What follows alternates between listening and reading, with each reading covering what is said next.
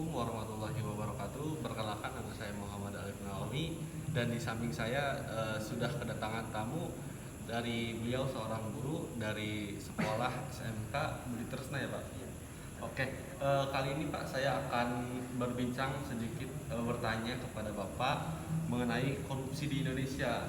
Kan di negara Indonesia sendiri terdapat banyak kasus-kasus korupsi juga, ya Pak. Nah, di sini ada 5 pertanyaan yang mungkin nanti Bapak akan jawab sesuai dengan pendapat Bapak saja. Oke, kita langsung ke pertanyaan pertama, ya Pak. Ya, Pertanyaan pertama, berikan pendapat Bapak tentang korupsi.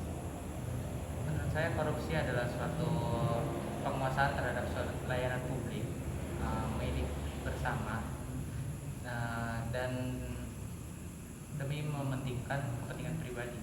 Artinya berarti dia tuh serakah, bisa dibilang serakah, ya Pak, ya? Betul. Ya, kita lanjut ke pertanyaan kedua.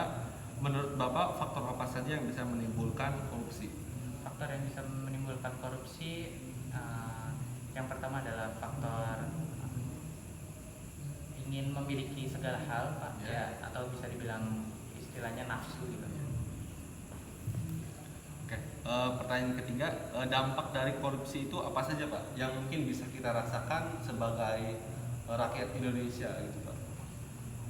Dampaknya banyak, Pak. Dan kalau kita melihat dari kacamata masyarakat saja, contohnya dari korupsi, kan sekarang ada tuh berita-berita korupsi BPJS atau korupsi apa gitu. Nah, itu sangat meresahkan masyarakat di kalangan menengah bawah, Pak, karena dengan korupsi itu kita sebagai masyarakat yang menengah bawah ini agak susah untuk berobat, contohnya gitu, Pak.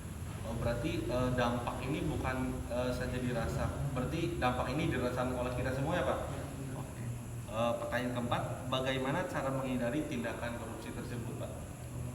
Cara menghindari tindakan korupsinya, kalau menurut saya pribadi itu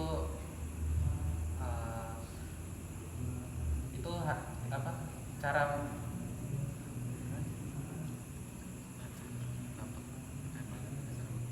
oh, untuk menghindari korupsi itu harus dimulai dari diri kita sendiri, Pak. Kita harus siap, kita harus mengintrospeksi diri kita apakah kita sudah benar, dan cara menghindarinya yaitu dengan tadi mengintrospeksi diri kita, terus juga ingat kita ini tinggal di dunia dan jangan serakah, dan nanti pasti ada balasannya. Oke, jadi intinya korupsi itu bisa terhindar karena diri kita sendiri, Iya. ya Pak, ya? Oke. Pertanyaan terakhir, apa harapan Bapak untuk generasi ke depan sebagai generasi penerus bangsa yang bebas korupsi, Pak? Harapan saya untuk para generasi penerus bangsa, para pemuda terutama, jadilah pemuda yang jujur, jadilah pemuda yang bertanggung jawab atas amanah yang diberikan, dan tetap semangat untuk membangun bangsa ini.